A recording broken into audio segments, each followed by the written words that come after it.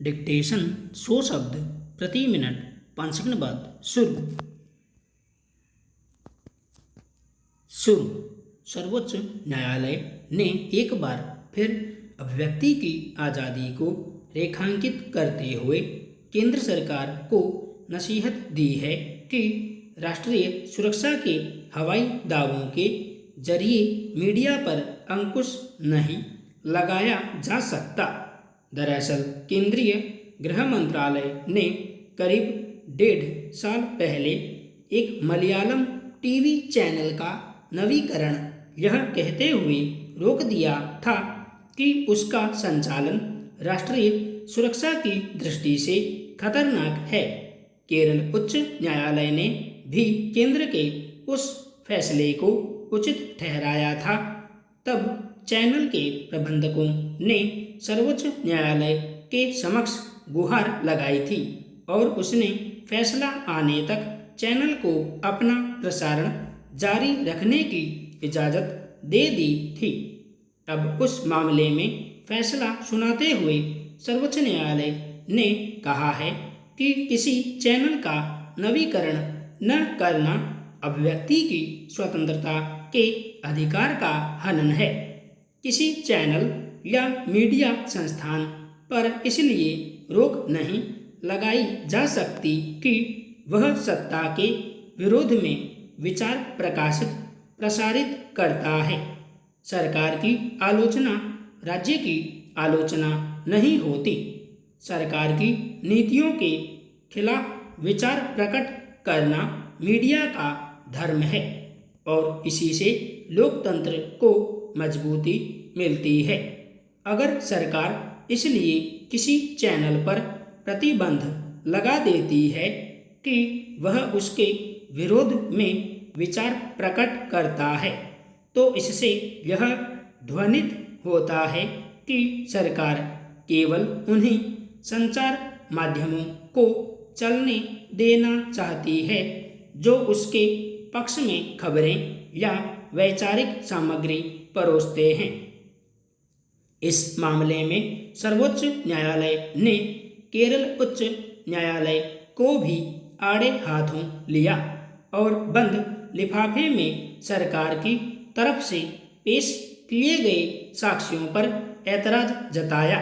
गौरतलब है कि बंद लिफाफे में सुझाव या साक्ष्य पेश करने पर सर्वोच्च न्यायालय कई मौकों पर तल्ख टिप्पणी कर चुका है और उसकी स्पष्ट राय है कि कोई भी दस्तावेज गोपनीय तरीके से पेश नहीं किया जाना चाहिए। उसे सार्वजनिक रूप से लोगों के सामने आने देना चाहिए। फिर संबंधित चैनल पर यह भी आरोप था कि उसके मालिकों में से अधिकतर का संबंध जमात ए इस्लामी हिंद से है। सर्वोच्च न्यायालय ने इस आरोप को खारिज करते हुए कहा कि इससे मीडिया के अधिकारों को बाधित नहीं किया जा सकता। स्वाभाविक ही अदालत के इस फैसले से अभिव्यक्ति की आज़ादी को लेकर एक और नज़ीर कायम हुई है। यह ठीक है कि मीडिया की आज़ादी का हमारे संविधान में उस तरह स्पष्ट उल्लेख नहीं है जिस तरह अमेरिका आदि लोकतांत्रिक देशों में है, मगर अभिव्यक्ति की स्वतंत्रता के तहत मीडिया को यह अधिकार मिला हुआ है। इस तरह के अनेक फैसलों से मीडिया की स्वतंत्रता रेखांकित हुई है और उसे लोकतंत्र के चौथे स्तंभ के रूप में स्वीकृति प्राप्त है। मगर सरकारें अक्सर मीडिया की निष्पक्षता और सरकारी नीतियों फैसलों के विरुद्ध मुखरता से असहज महसूस करती देखी जाती हैं। उन पर अंकुश लगाने के लिए तरह तरह के हथकंडे अपनाती रही हैं। ऐसे अखबारों और समाचार चैनलों के हिस्से का विज्ञापन रोकना सरकारों का आसान हथकंडा है जो उसके खिलाफ लिखते बोलते हैं। इसे लेकर भी कुछ अखबारों ने कुछ साल पहले सर्वोच्च न्यायालय का दरवाजा खटखटाया था। तब भी अदालत ने सरकारों को ऐसी ही कड़ी फटकार लगाई थी। पिछले कुछ सालों से मीडिया की भूमिका को लेकर निराशा प्रकट की जाती रही है। ऐसे में सर्वोच्च न्यायालय ने न सिर्फ मीडिया के अधिकारों को सुरक्षा प्रदान की है, बल्कि यह भी संकेत दिया है कि उन्हें सरकार के फैसलों पर अपनी निष्पक्ष भूमिका का निर्वाह करना चाहिए।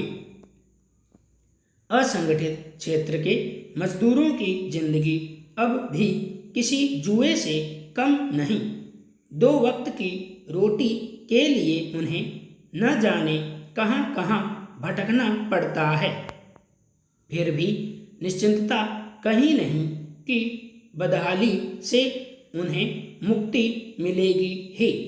ओडिशा के कालाहांडी के 3 मजदूरों की कहानी इसकी ताज़ा कड़ी है। वे इस आस में बंगलुरु गए थे कि वहाँ मेहनत करके कुछ पैसे कमाएंगे और अपने परिवार का पेट भर पाएंगे, मगर उन्हें लौटना पड़ा खाली हाथ। जिस व्यक्ति ने उन्हें काम पर लगाया था, मजदूरी मांगने पर वह उन्हें मारता पीटता था। 2 महीने काम करने के बाद भी मजदूरी नहीं मिली और जिल्लत मिलती रही, तो उन्होंने घर वापसी का फैसला किया। हाथ में पैसे नहीं थे, खाने को कुछ था नहीं। वे बंगलुरु से खाली हाथ चल पड़े। अपने गांव और 7 दिन लगातार चलते हुए भूखे प्यासे अपने घर पहुँचे।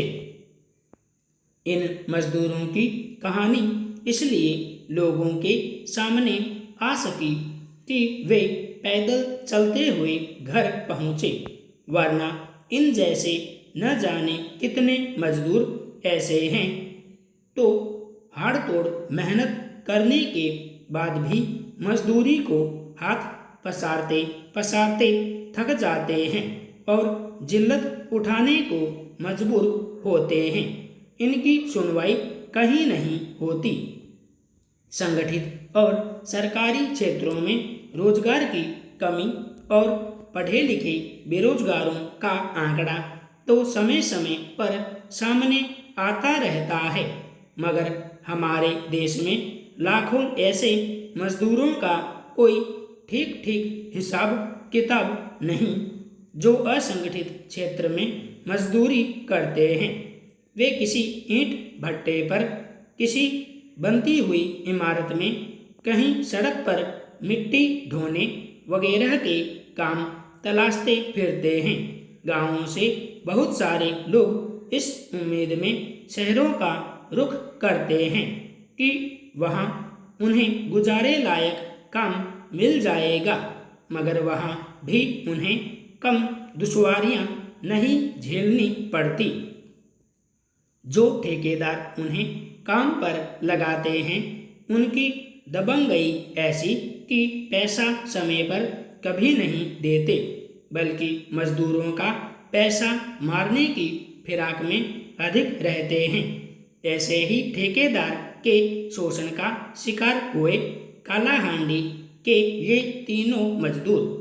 ऐसे ठेकेदारों के खिलाफ कार्रवाई का कोई व्यवस्थित तंत्र कहीं नहीं है जहां मजदूर सीधे गुहार लगा सकें।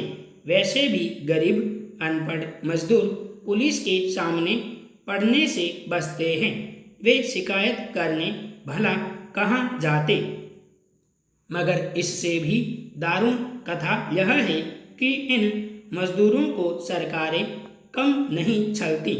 कालाहांडी की स्थिति किसी से छिपी नहीं है, मगर ओडिशा सरकार वहाँ के लोगों के लिए क्या करती है, इसका अंदाज़ा इसी से लगाया जा सकता है कि वहाँ से लोगों को सैकड़ों मील दूर रोजगार की तलाश में भटकना पड़ता है।